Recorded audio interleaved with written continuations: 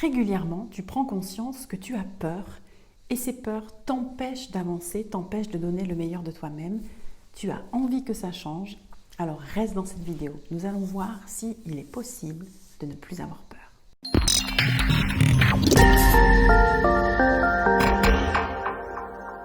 La première fois que j'ai travaillé consciemment sur mes peurs, j'ai fait la liste de toutes les peurs que j'avais.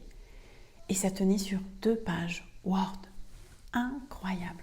Tu as peut-être peur d'être trompé, peut-être peur d'être quitté, peut-être peur d'être jugé, peur d'entreprendre, peur de ne pas être aimé, peur de mal faire, peur de mal choisir. La liste est très longue et on peut à un moment donné en arriver à se dire mais comment on peut faire pour ne plus avoir peur parce qu'on en a ras-le-bol? Je te comprends. Alors on va voir si c'est possible. Est-ce que c'est possible de ne plus avoir peur? Pour cela, voilà ce que tu vas trouver dans cette vidéo. Tu vas découvrir qu'est-ce que la peur, quelle est la différence entre une peur naturelle et une peur parasite. Tu vas ensuite découvrir les 2 cadeaux qui sont cachés derrière la peur et enfin, tu verras quoi faire lorsque tu te confrontes à une peur qui t'handicape pour réussir à la traverser, la dépasser et changer ta vie. À quoi sert la peur? La fonction naturelle de l'émotion peur est de nous protéger d'un danger et de l'inconnu. Quand on a peur, notre système parasympathique est stimulé, l'adrénaline est sécrétée et donc nous avons un regain d'énergie, notamment dans certaines parties du corps, les muscles, le cerveau, c'est-à-dire que nous allons être propulsés à agir, donc à aller vers la situation problème, attaquer, ou fuir, c'est-à-dire se replier, trouver une autre possibilité pour ne pas se confronter au danger qu'il y a en face de nous, qui est finalement trop grand, qu'on ne peut pas directement affronter. Une peur naturelle dure quelques minutes tout au plus. C'est le temps qu'il est nécessaire pour que la biochimie du corps fasse son effet. Et ensuite, normalement, on a mis en place les systèmes qui nous permettent d'affronter ce que nous avons à affronter. Quelle est la différence alors avec une peur parasite? Une peur parasite est une peur qui dure, qui va rester dans le temps, dont on ne va pas réussir à se débarrasser, qui va revenir sans cesse à chaque fois qu'il y a un nouvel élément. Et elle a 2 critères. En général, elle est inappropriée et ou disproportionnée. Inappropriée, c'est que tu vas ressentir de la peur alors qu'il serait plus juste et adéquat de ressentir de la colère, par exemple, ou de la tristesse. Elle peut être aussi disproportionnée. Ça, c'est vraiment très flagrant avec les phobies. Il est assez normal d'avoir peur si tu vois une araignée arriver, parce que tu vas, l'espace d'un instant, vérifier si c'est une araignée dangereuse, non dangereuse, etc.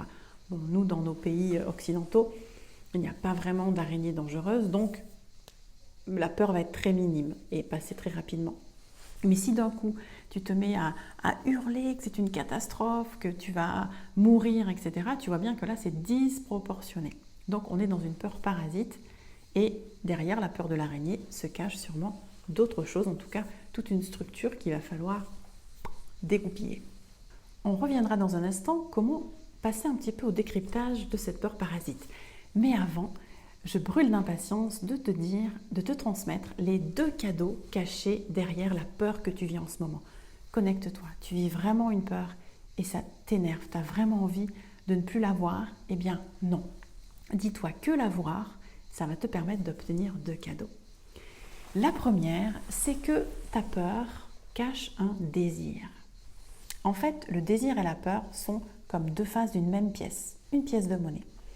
Et dans ta vie actuellement, eh bien, la pièce de monnaie est posée sur ta table face peur. Et donc, tu n'arrêtes pas de voir la peur, la peur, la peur, la peur, et la peur revient sans cesse. Là, l'idée, c'est de retourner la pièce et d'observer l'autre face, la face du désir. Derrière ta peur, quel est ton désir? Par exemple, si tu as peur de manquer d'argent, eh bien, connecte-toi à cette peur de manquer d'argent et va dessous, retourne la peur et observe quel est ton désir derrière cette peur. Et tu pourras peut-être ressentir que tu as envie de vivre une vie sereine financièrement, où tu puisses vraiment subvenir à tes besoins en toute tranquillité, à faire des cadeaux à tes enfants, à voyager, Voilà, et là tu sens au niveau vibratoire ce qui change entre être connecté sur la peur de manquer, la peur de ne pas avoir d'argent et se connecter à son désir, à ce qu'on souhaite vraiment incarner, faire fructifier et vivre. Pareil, si tu as peur de ne pas être aimé, peur d'être rejeté, peur de ne pas satisfaire les gens qui sont autour de toi et qu'à chaque fois tu observes ça avec les yeux de la peur, connecte-toi au désir qu'il y a derrière. Eh bien peut-être que tu as le désir d'être vue, reconnue comme une femme resplendissante, magnifique, posée, altruiste. Ok ? Observe quel est le désir derrière. Le désir te branche donc souvent sur une qualité d'être à développer chez toi. Et pour cela, tu peux utiliser mon tarot, le tarot numérologique de votre chemin de vie, qui est composé de 22 qualités humaines à développer, et te dire, tiens, pour cette peur, quelle est la qualité finalement qui sous-tend le désir de mon être? Alors par exemple, je vais le faire en direct avec toi. Quelle est la peur? Alors en ce moment, j'ai la peur de ne pas réussir à structurer justement mon offre de contenu, okay, de créer ma ligne éditoriale. Je suis un petit peu confuse. Pourtant, je suis très structurée, mais là, il y a beaucoup de paramètres que je ne connais pas.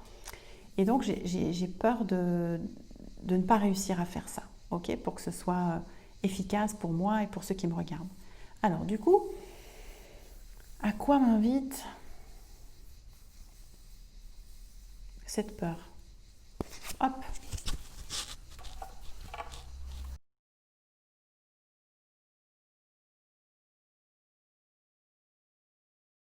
Donc, derrière cette peur, il y a mon désir de transmettre. Et de transmettre de manière inspirée, claire et confiante, comme le 5 nous l'indique. Quel est le deuxième cadeau que la peur souhaite t'offrir? Eh bien, la peur est là, en fait, pour nous aider à dépasser nos limites. Quand tu étais petit, il était normal d'avoir peur très souvent. Pourquoi? Parce qu'il y avait beaucoup de situations inconnues et plein de dangers dans le sens où tu étais dépendant des gens qui t'entouraient. Ressentir la peur pour la première fois quand il y a de l'inconnu et du danger, c'est tout à fait normal. Mais comment as-tu été accompagné lorsque tu as eu cette peur? C'est ce qui va vraiment tout changer dans ta manière aujourd'hui de gérer tes peurs. Un exemple flagrant d'une peur très connue, la peur de faire du vélo. Nous avons tous peur de faire du vélo parce qu'on sent bien quand on essaie de s'y mettre dessus que ça ne tient pas tout seul, ok? S'il y a un adulte à côté de toi qui écoute ta peur, ne te force pas, te permet de faire à ton rythme, te propose certaines stratégies, la draisienne, les petites roulettes, une trottinette, d'essayer différentes choses en s'adaptant à ce qui t'attire, ce avec quoi tu es à l'aise, et qui ensuite te sécurise, c'est-à-dire te met la main derrière le vélo, court derrière toi, te soutient. À un moment donné, il va sentir que tu es prêt et pas avant ça, il va lâcher la main. Et tu vas croire qu'il y a toujours la personne derrière et à un moment donné, tu sens qu'elle n'y est pas et là, tu te sens fier de toi et tu prends confiance dans faire du vélo. Donc le désir de faire du vélo l'a emporté sur ta peur de faire du vélo grâce à une personne qui t'a sécurisé et t'a soutenu dans ton processus. Ça a été valable pour toutes les peurs. Et la peur à laquelle tu penses en ce moment, tu l'as vécue dans ton enfance. Et si elle te parasite autant aujourd'hui, c'est très certainement que tu n'as pas été accompagné de la bonne manière par tes parents, très certainement parce qu'ils avaient peur eux aussi et n'avaient pas trouvé de soutien. Il s'agit donc de dépasser ta limite. Quelle limite? Ce que je te propose, c'est d'observer, quand tu te connectes à la peur, c'est quand la première fois que tu aurais ressenti cette peur? Reconnecte-toi en général à ton enfance, à ce qui s'est passé. Quel âge a ta peur? Ok? Et face à quoi ou face à qui avais-tu cette peur de manière prédominante dans ton enfance? Ça va te permettre de sentir la limite que tu avais quand tu étais petit et à laquelle du coup tu restes accroché. Alors qu'en fait aujourd'hui tu es un adulte et qui plus est, si tu regardes cette vidéo, tu es sur un chemin de conscience, d'évolution de ton être. Donc la solution, c'est de prendre conscience de ce qui est petit en toi et de te connecter à ce qui est grand en toi, ce qui est puissant, la part la plus spirituelle de ton être, et notamment Père et Mère intérieure, soutenus par Père et Mère divin, qui vont te permettre du coup de faire grandir l'enfant intérieur face à cette peur et du coup de dépasser tes limites, de dépasser ton plafond de verre et d'enfin réussir ce que tu souhaites. On va donc résumer. Quelle attitude avoir face à la peur? La première chose, c'est d'accueillir, de prendre conscience. On ne peut pas régler les choses si on les met dans le déni. Donc, je prends conscience, j'accueille, je ressens, qu'est-ce qui se passe? Deuxième chose, se sécuriser. Quand on a peur, on a besoin de sécurité. Pour se sécuriser, on peut le faire par soi et grâce aux autres. Si on peut faire les deux, c'est mieux. Se sécuriser pour soi, c'est se mettre en général en position de sécurité intérieure grâce à son corps. Et pour ça, je t'invite à t'ancrer. Utiliser la connexion à la terre avec les pieds, avec le bas de la colonne vertébrale. Sentir que la terre est sous tes pieds, que grâce à l'attraction terrestre, la gravité, elle te soutient, elle te porte, elle t'aide. Et observe l'énergie qui circule dans tes jambes, dans ta colonne vertébrale, pour te sécuriser. Pour te sécuriser à l'extérieur, il est utile d'avoir une personne de confiance à qui tu peux témoigner ta peur et où tu ne seras pas jugé pour avoir cette peur-là. Okay ? Juste témoigner et pouvoir tenir la personne au courant du parcours qui est le tien vis-à-vis de cette peur. Tu verras que ça aussi, ce sera très sécurisant. Troisième étape, respirer. C'est une étape valable pour toute gestion émotionnelle. Expirer d'abord simplement. Si on sent qu'il y a quelque chose qui est bloqué, inspirer en soufflant par la bouche et tu peux même y ajouter du son. Je t'invite d'ailleurs à aller voir une vidéo que j'ai faite sur la gestion des émotions par le chant libre. Mais tu peux essayer de sortir le son ou tout simplement un